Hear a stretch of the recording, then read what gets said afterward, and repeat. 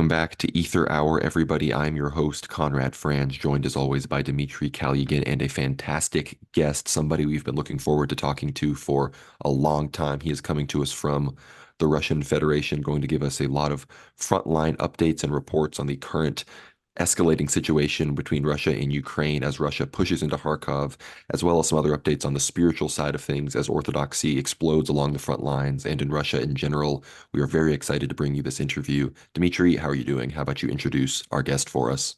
I'm doing great, Conrad. Excited to be here. Of course, the guest today is a very well-known journalist in Russia, a rising star of Russian Orthodox journalism, I would say, very precisely. And he's been formerly, of course, working with Russia Today. He knows multiple languages. He's worked in Europe in the past. He's been involved in various debates on the air, on the radio against Russian Marxist liberals, been involved in local Russian elections, is a big contributor to the Russian patriotic scene, especially in the nationalistic context, but also in the pro-Russian Orthodox context, I would say. He's, I would say, also a catechist of Orthodox Christians. He's worked with Russia Today, Spas TV. He's worked with Tsargrad TV as well, various media companies, especially those with an Orthodox Christian background. And without further ado, of course, the war journalist and esteemed, I would say, producer, publicist, Andrey Afanasyev. Thank you for joining us this evening, Moscow time, and we really appreciate your input today in this really crucial of times at the end of Easter on the 13th of May, 2024. Thank you so much for such an introduction of my humble self. Christos Воскресе, Christ is risen, brothers. Воистину воскреси. Truly he is risen. Yes, actually that's the best and the main news from any kind of frontline ever published and ever announced. So, first of all, I'm just an ordinary guy from northern part of Moscow. I was born in 1989 when the Soviet Union was on the brink of collapse, and all of my childhood and part of my teenage time I spent in a country that was almost devastated and in a country that was humiliated. And I was part of the people that was doomed almost and was sentenced to death by the globalism, by this new world order we are now facing all together. And I was 11 when everything changed and Vladimir Putin came to power. And all of my life, I mean, for 24 years, for more than 2/3 of my life, I'm witnessing this national and Orthodox renaissance Russian people, Russian church, and Russia as a nation, the country is experiencing. I studied in GIMO. It's a high-ranking university here in Russia based on the Russian Foreign Ministry. It's the University of Foreign Relations, considered to be sort of a, bad to say this, but Russian Harvard in good sense. And I studied as an exchange student in Madrid in Spain back in 2009 and 10 because my first language was Spanish as a student. English is my second language. I also speak a little Italian and German. And my experience in Europe, of life in Europe, studying in Europe, was the experience of spiritual death.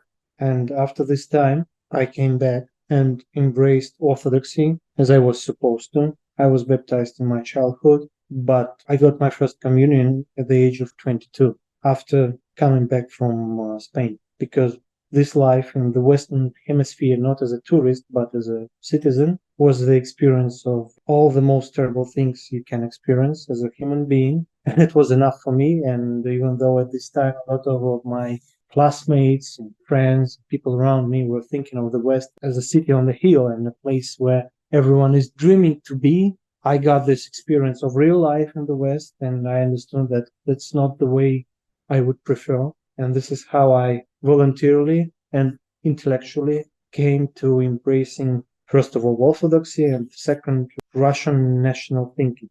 I graduated as a journalist in 2011, been working since 2010. My first job was at RT. I was involved in a lot of projects, both international and local Russian.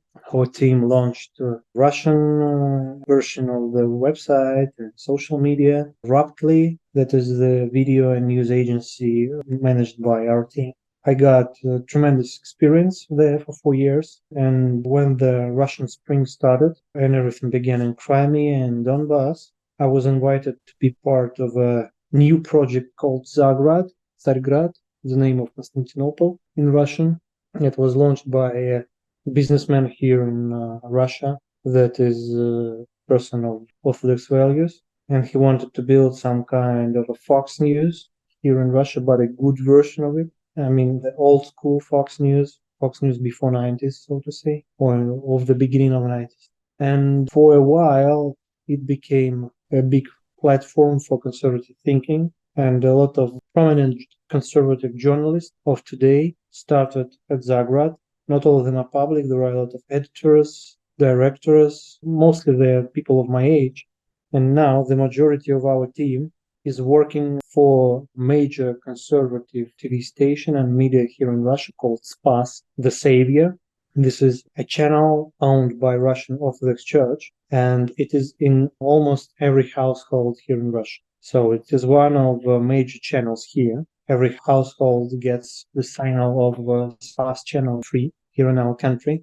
And my first trip to Donbass was in 2014 in the direction between Novozovsk and Mariupol. Mariupol at this time was controlled by the Ukrainian forces. So for me, it's a 10-year war. It's a 10-year conflict and always has been. And when everything started at the new stage in 2022, I had no doubts that I need to become a military and war correspondent because any war is based on the war. But the war of today that has even broader eschatological perspective than any previous war, even World War II, needs a stronger word and needs not only material explanation, political, economic, and even philosophical explanation, but of course spiritual explanation.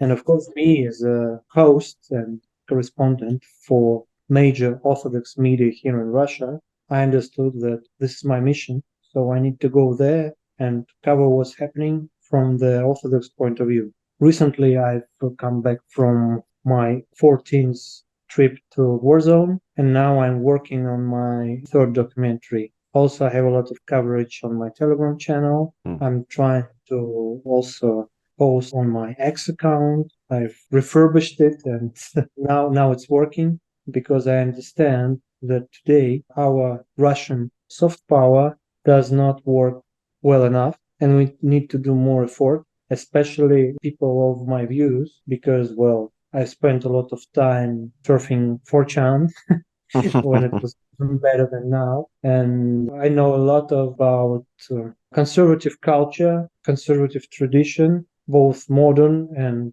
old, of the West. And I think that I know and understand the West, especially the conservative part of the Western society, both European and Anglo-Saxon.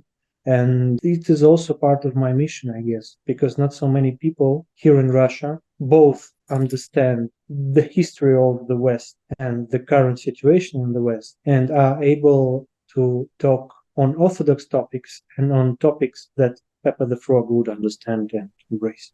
That's amazing. I have so much in common with you, I feel already, as someone even in America who acts as an Orthodox journalist. I myself received my first communion when I was 21. So I usually just, it's interesting to hear that a Russian, coming out of just after the Soviet Union fell apart, many had a similar experience of having to rediscover Orthodoxy as perhaps even somebody who is even converting from the West. And I think you're right about injecting the conversation into alternative media in the West. I know you're also on Rumble. That's where I watched one of your fantastic documentaries. Like you said, Telegram, X, these are kind of where the real conversations are happening between the people that are sort of breaking through the matrix in the West and trying to think honestly about not just Russia, Ukraine, but all sorts of other topics, of course, like Israel, Palestine, and, Orthodoxy versus Catholicism even, and then, of course, all sorts of other political and conspiracy-related topics that have graced all of us. But we're going to talk all about the spiritual side of things. We're going to have all of Andrey's links below as well, including to some of his amazing documentaries. But before we talk about sort of the mass shifts towards Orthodoxy and how that affects the operation, and of course World War III as a whole. You mentioned that this war is different than others and has eschatological, implications. That's why we're here on World War Now, as the whole channel is called, because we believe that we are in the midst of the Third World War that will ultimately have, as we've said, very eschatological implications for specifically the Orthodox world and all of humanity. But before, again, we get to that big picture stuff, Andrey, I want to know what is going on both in Kharkov and in general along the front lines. I know off air you were saying you had some somewhat breaking news from some of these frontline regions, and everybody now is talking all about this Ukrainian collapse, how Russian troops are tens of kilometers away from Kharkov at this point. I want to know exactly what is happening. Well, if we talk about the situation in the front line, we need to understand that the length of the front line of the current conflict in the special military operation zone, the war zone, is more than 1,000 kilometers long. It's more than 600 miles. So to understand what's happening in Kharkov, it all started, of course, because of permanent terrorist attacks executed by the Ukrainian side on Belgorod region, Kursk region, and Bryansk region that formerly were bordering with the ex-Ukraine, and a lot of people died, a lot of people are injured.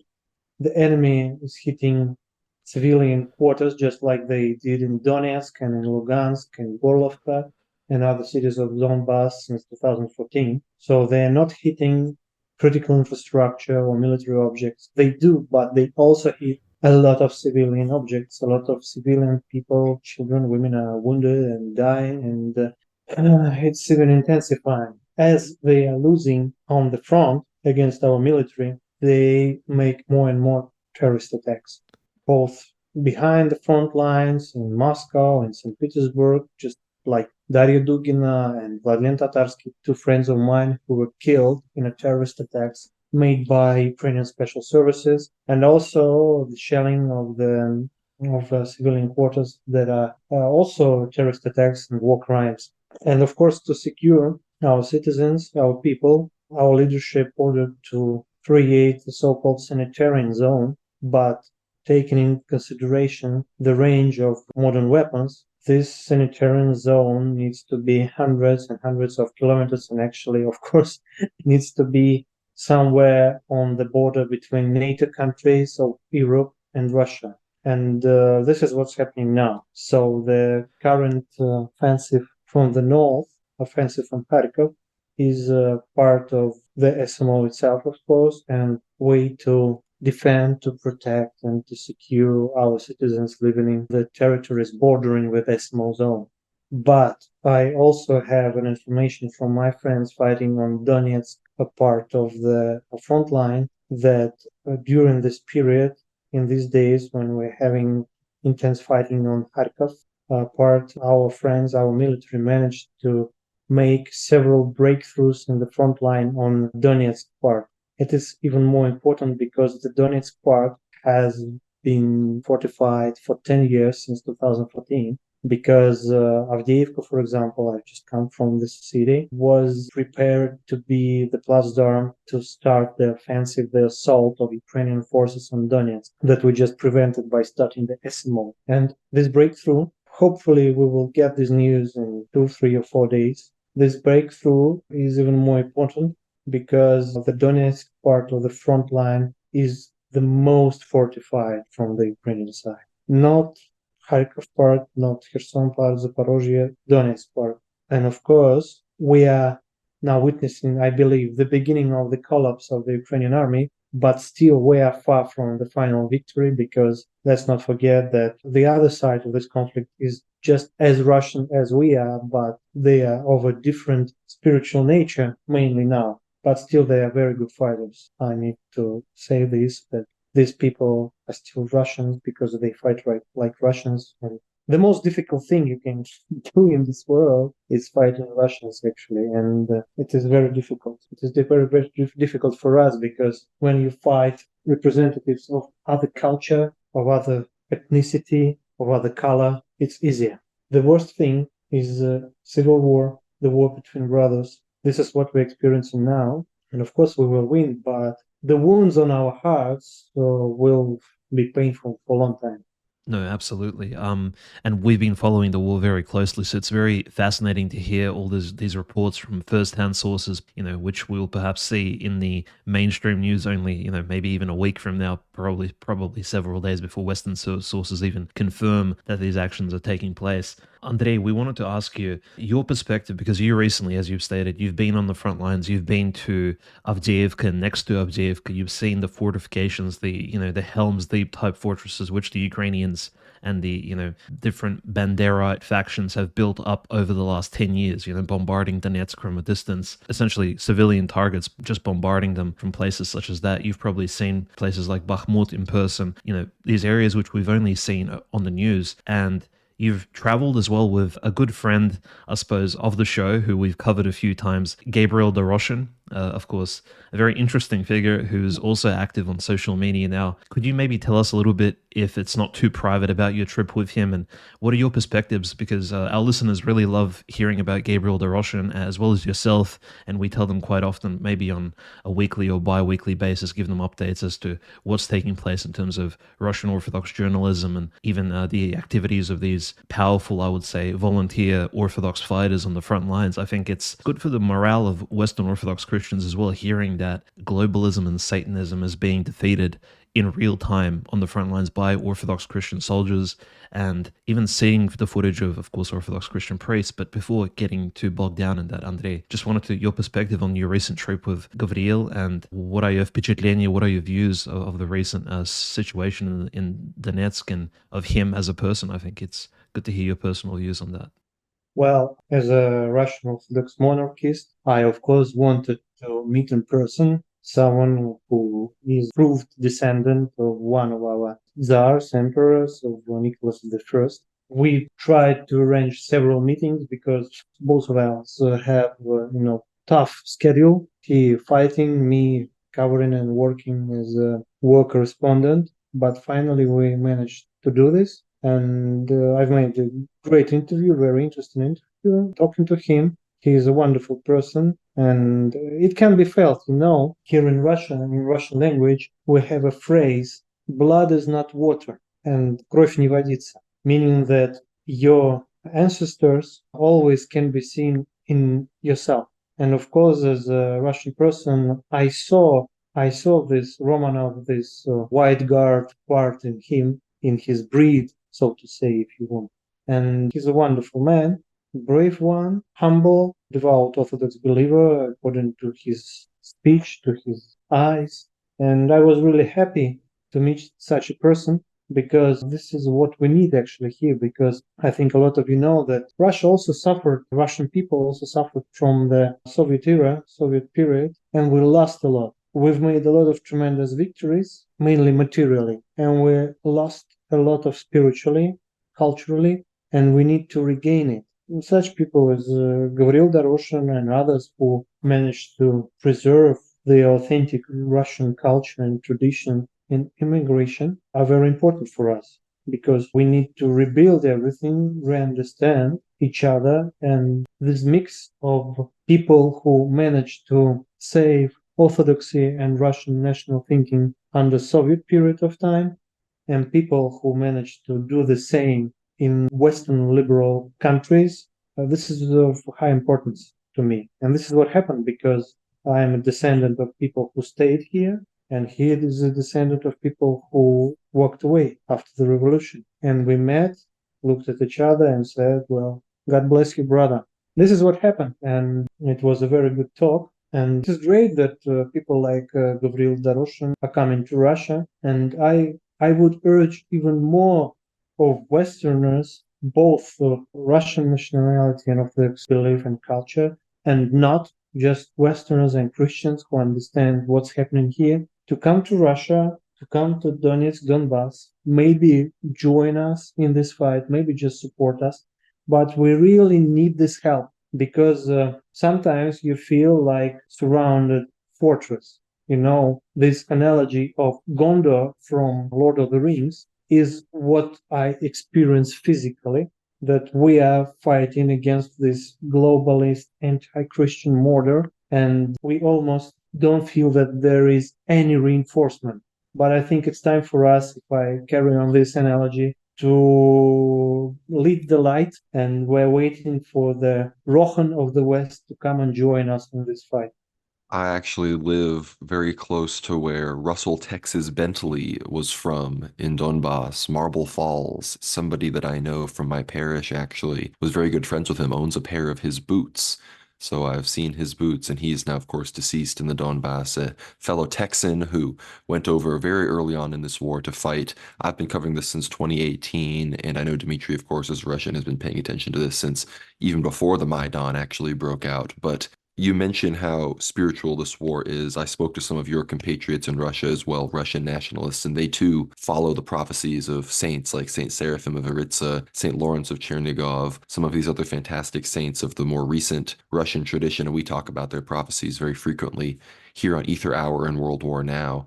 And many of your friends also were telling me that we all need to move to Russia, that when the Antichrist comes, all Christians, all Orthodox believers need to be in Russia. And we talk about Divyevo and Saint Seraphim's Trench and some of these other prophecies about Russia resisting the Antichrist. We also talk about Saint Gabriel or Gabadze. He talks about places like Georgia resisting the Antichrist. This is a line of thinking that is coming out of Russia as well. Everybody in the West is like, oh, you guys are just making stuff up. It's like, no, I went to Russia and I heard the same things as what we had been talking about here on the show for a very long time. But you mentioned your talk with Gabriel Doroshin, and everybody should follow him on Telegram. He has opinions and views that very much line up with us here at WWN. But on a broader perspective, Andrey, I watched your fantastic film, The Heart of a Warrior, and you interview a lot of different battalions and a lot of different leaders and just men on the front lines themselves that are in battalions and brigades and groups named after people like Saint Dmitry Donskoy, Saint Alexander Nevsky, Saint Andrew, the apostle, and many of these other fantastic Christian saints. And we see, the red banner of Christ's face being flown everywhere. You mentioned how it's growing and people are becoming more conscious of their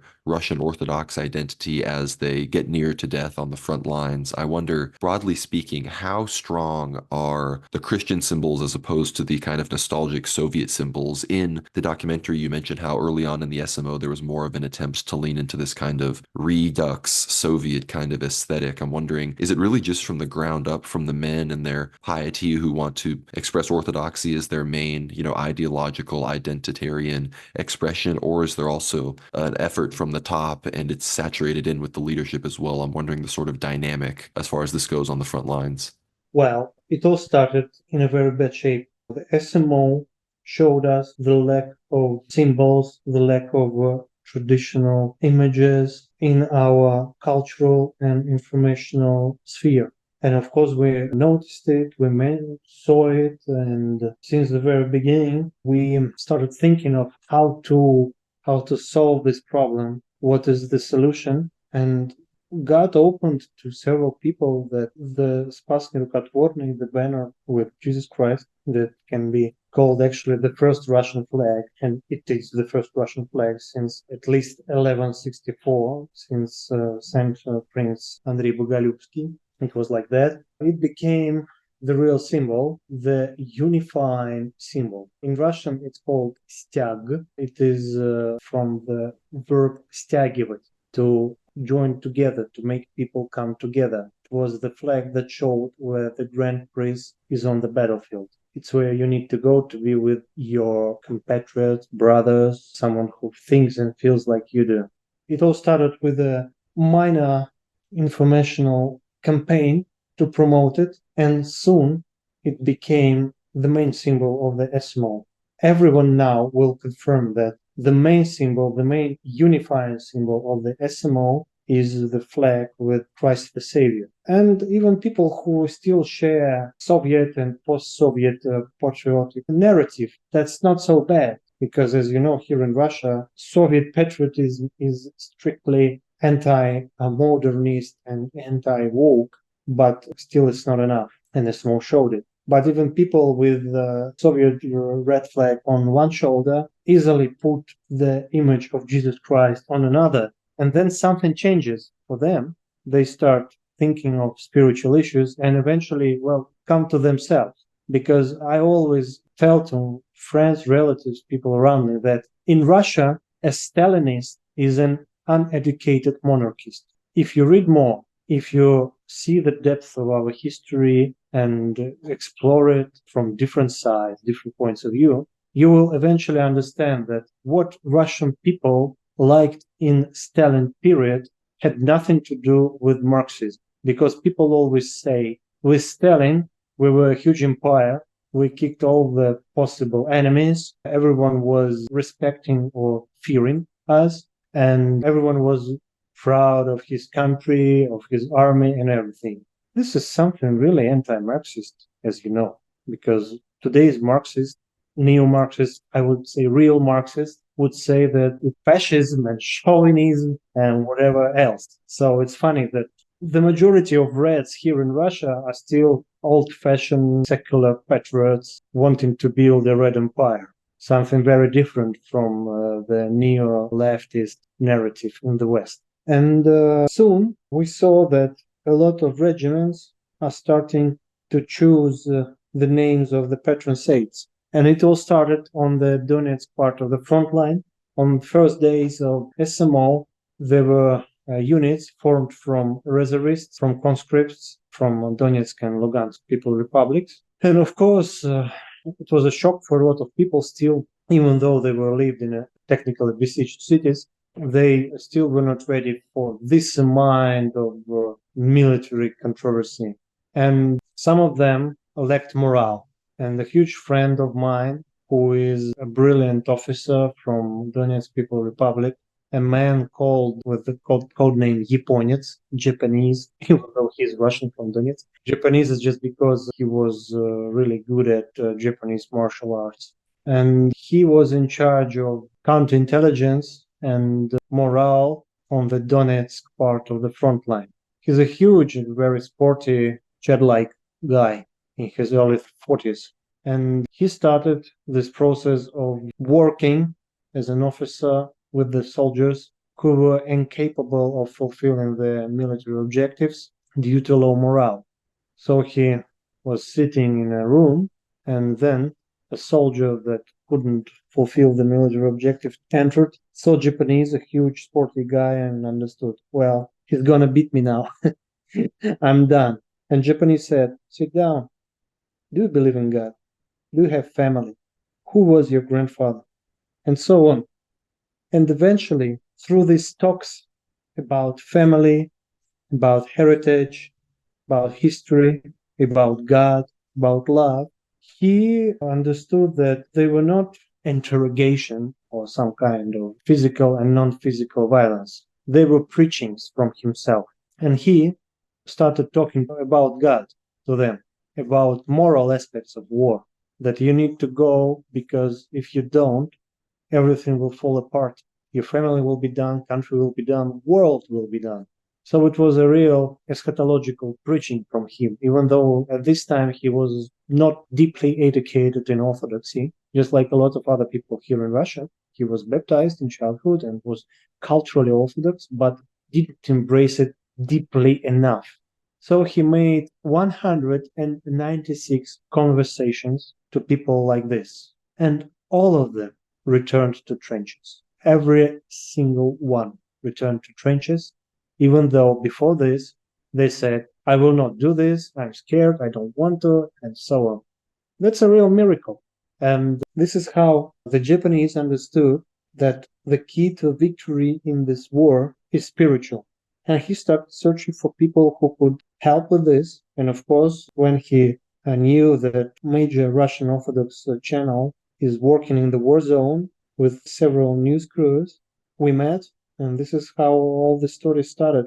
And we've been helping each other, and I've worked and been working for the military department of Russian Orthodox Church, the department that prepares the military priests and brings them to the war zone, to the different units. And it all started with a little number, several dozens of military priests in the war zone. And at this time, we have the number of almost 1,000 priests that have come through the war zone. And simultaneously, we have from 100 to 150 priests permanently in the war zone. And just look at how the things changed since spring 2022 to spring 2024. The facts say better than any other word.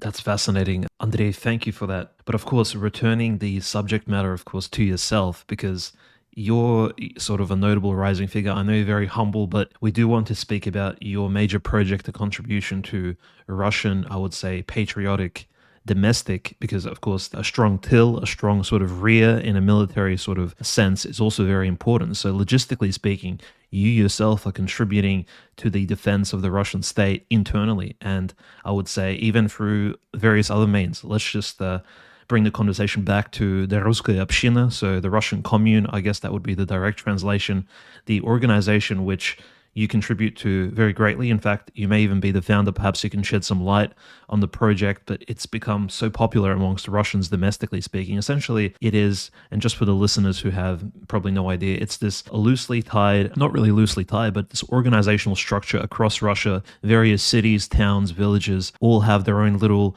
communes and places where men, women, Orthodox men, women, of course, and even those new to the faith can communicate through social media, stay connected, patriots. So these are Russian nationalist people who wish to see Russian society thrive. And it's essentially almost like a social media type platform for Russian Orthodox patriots to use across all of Russia, and of course for self-defense purposes as well. We know it has its uses, and in light of, say, recent events, Andrei, unfortunate tragedies which took place at the beginning of Great Lent, Veliki Post, the Crocus City Hall tragedy. We saw your views on it, and I think they were very sober and accurate, precise, I would say would be the correct way of describing it. You, not only do you diagnose the issue, but you also, it's interesting because you're a professional journalist, but you're not just an editor or you're not just a documentary filmmaker. In a way, you transcend your own journalism and begin actually providing solutions as well. It's not just, you're not just pointing the light at certain problema and issues. And so Ruskaya Община, I think, is one of those ways of, say, resolving the issue of Russian patriotism, Russian nationalism in a very healthy fashion, restarting it, sort of reviving it, especially after you mentioned the Soviet sort of nihilistic social mindset. I think that's very healthy. Can you tell us about Ruskaya Община, the Russian Commune organization, your contribution to it? Don't be humble at all. Sort of explain how you came into it and how important this is for the Russian civilization, in the Danilevsky sense, because Russia is not just the nation or an empire, it's an entire civilization, I would say. So perhaps you can speak about Ruskaya Община, maybe how it interacts with, international specialists, as we call them, which we know very well in the West, especially those of us who live in Texas. They know all the various specialists coming over the border in Mexico. Yeah, maybe you could enlighten us a little bit, because our listeners are very aware of, say, Russian international and certain issues which have come to light quite recently, and big changes are being made. So perhaps you could give us some inside information, Andrei. Well, thank you for this question. Your audience in the West, especially those who don't know much about Russia, need to understand that we're just the same.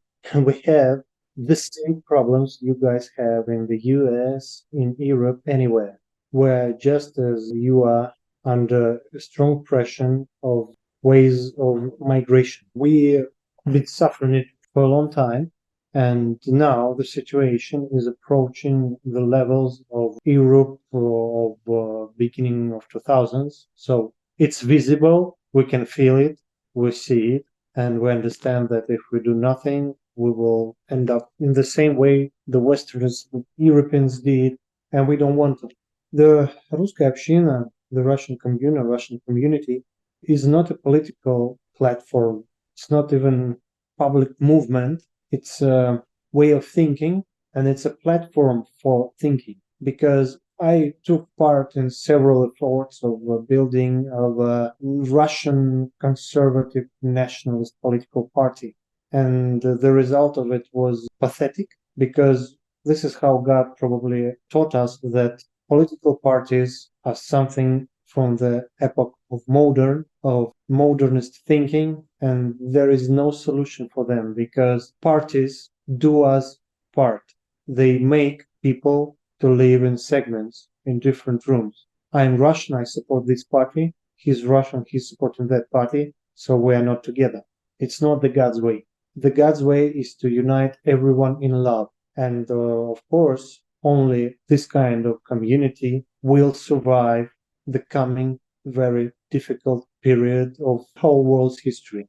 And just like any other European Christian nation, we suffered from modernism, from Jainism, from liberalism, and of course communism. And Russians are the most urbanized nation in the world, European Christian nation in the world. No other European white Christian nation in the world is as urbanized as Russians are. I was born and brought up in a huge condo outside in Moscow outskirts. Those, in the West, there are people who like this Soviet brutalism, who find it beautiful and interesting. All those great gray buildings with black windows. Well, I was this little boy looking at this black window and understanding that I'm practically alone in this Babylon. Yes, I have my family, several classmates. We play Counter-Strike and Warcraft. But if something happens, something bad, something apocalyptic, I'm alone. And social media were designed to deepen this process of alienation of people, because you need to be on yourself, on your own, with your mobile phone or with your computer or whatever, with your PlayStation or Xbox. And this is it. And we understood that the social media as a weapon can be turned on their creators. So we start using social media to unite people on the basis of love to God and to your heritage. And I understood, and everyone, my friends, all the founders of Russian community, I'm not the one and only founder. I'm just part of a group that launched it. We all understood that there are people like us in this ocean of gray buildings, and we need to somehow find out who is there. In a building where several thousand people live, there are definitely several 4chan subscribers, or not only 4chan, but I mean, only 4chan is a basis of modern alternative alt-right culture in the West. So sorry if I mention only 4chan. No, I was on there in 2016 as well, so I'm glad we can all have that in common, even all the way over in Russia. I don't share everything that happens there, but for me, it's, I understand that people in the West feel the same. So we started creating chats and rooms and channels basing on the local basis, when you can find who is of the same views, who is in part of the Russian commune of your district of city. And then we started meeting, looking at each other, helping each other. And of course, one of the main problems in any big city of today's Christian world are the so-called international specialists, as you said, and cultural enrichment that they bring. We have it, культурное обогащение. So when not everyone of the indigenous white Christians is ready to be culturally enriched, there is usually conflict. And in this conflict, the invader, the person that came and started imposing his worldview, is always supported by his community, because his community is not as numerous as we are. They know each other. They understand that they are in a surrounding that is not always welcoming to them. So they need to stick to each other, be together, support each other. And this is how actually the ethnic criminality appears. And a person who is local is usually alone. And of course, when there is a conflict between a lonely person and a person who is supported by his community, law will usually be on the side of a stronger. It always has been like that. And of course, any law enforcement officer can be corrupted. And everyone understands that you don't want to mess with ethnic criminal group, because tomorrow they come to you. So you probably need to be friends with them. So why don't you just sentence this guy to some kind of penalty for not being happy about the cultural enrichment? And this has started working, because when you have two communities discussing the scale and the amount of cultural enrichment, you see that the system is not always against you.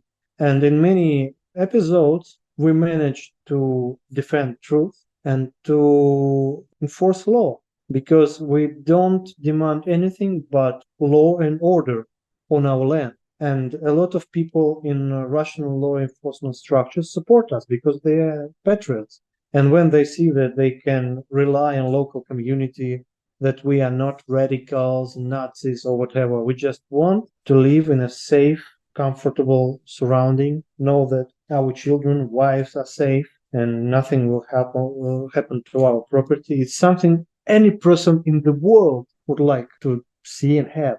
And in this case, when you say that, look, I'm not against this ethnic group, I'm not against this religious group, I'm not against this color, this flag, whatever. I just want the law and the order be imposed on the land. So please do this. It works.